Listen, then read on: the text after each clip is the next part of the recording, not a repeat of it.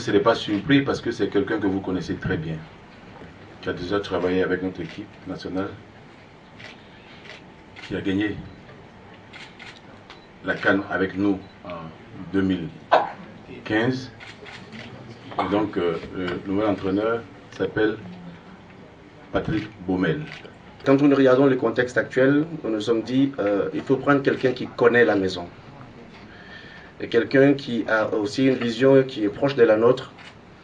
Il s'agit de reconstruire une équipe en intégrant des jeunes joueurs, en intégrant des joueurs qui arrivent. Et Patrice Baumel, avec Hervé Renard, nous a montré qu'il avait cette capacité. Et c'est lui qui, si vous vous rappelez, est allé chercher Eric Bailly en Espagne au moment où peu de gens le connaissaient. Eric Bailly a fait la CAN en 2015 alors qu'il n'avait fait aucun match amical avec les éléphants. C'est lors de la préparation en Arabie Saoudite qu'il a fait ses premiers matchs. Et son premier match officiel avec les éléphants, c'était à la CAN. Aux Émirats Arabes Unis. Aux Émirats Arabes Unis, pardon. Et c'est vous dire qu'il a aussi cette capacité de détecter. Et c'était un gros travailleur. Et l'option que nous avons prise aujourd'hui, c'est de reconstruire cette équipe. On sait qu'on n'a plus les mêmes éléments. Et que ce travail de reconstruction, tout le monde ne peut pas le faire. Il faut l'aimer. Il faut avoir cette capacité à intégrer dans ton effectif des jeunes éléments. Et avec la qualification pour les Jeux Olympiques 2020, nous sommes vice-champions d'Afrique des U23. Il y a du potentiel. Et nous avons estimé que Patrice Baumel pouvait utiliser tous ces jeunes pour les intégrer dans cette équipe et pour continuer le travail qui a été entrepris. Par ailleurs, nous avons des échéances très brèves.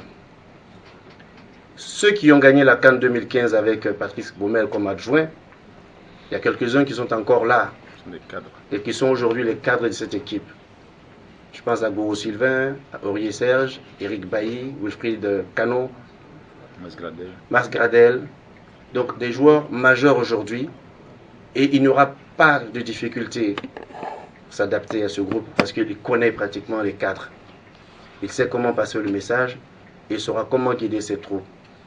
Nous avons des échéances très importantes. Le 27 mars à Abidjan, ici, nous allons rencontrer Madagascar, qui est leader de notre poule avec 6 points. 4 jours après, le 31 mars, à Madagascar, nous allons jouer contre Madagascar. Il y a 2 matchs extrêmement importants.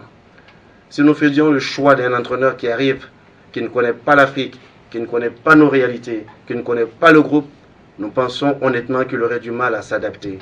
Ce ne sont pas les entraîneurs de renom qui ont manqué, ceux qui nous ont approchés.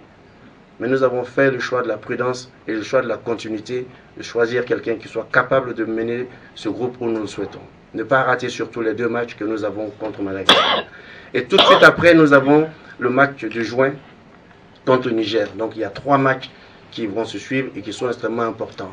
La CAN 2021, il faut le dire, ce n'est pas un objectif prioritaire pour nous de gagner la CAN 2021, mais nous voulons y être parce que c'est la seule façon pour nous de bien préparer la CAN que nous organisons en Côte d'Ivoire en 2023.